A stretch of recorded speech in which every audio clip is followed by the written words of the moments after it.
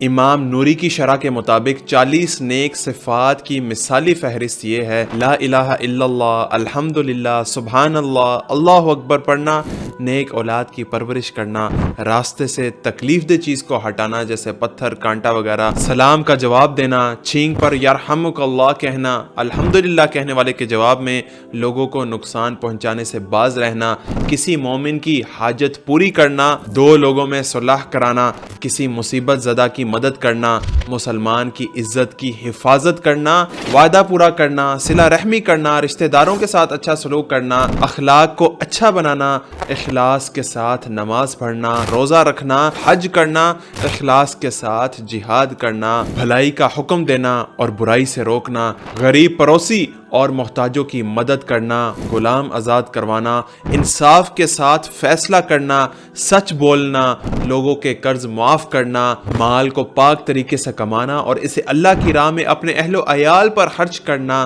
قرض وقت پر ادا کرنا، تحفہ دینا، کسی مسلمان کو خوش کرنا یا اس کے گھر میں خوشی داخل کرنا، کسی مسلمان کے دفاع میں بولنا، کسی کی غیبت سے بچنا، بیمار کی عیادت کرنا، جنازے کے ساتھ جانا، کسی پر ظلم اور زیادتی کرنے سے پرہیز کرنا،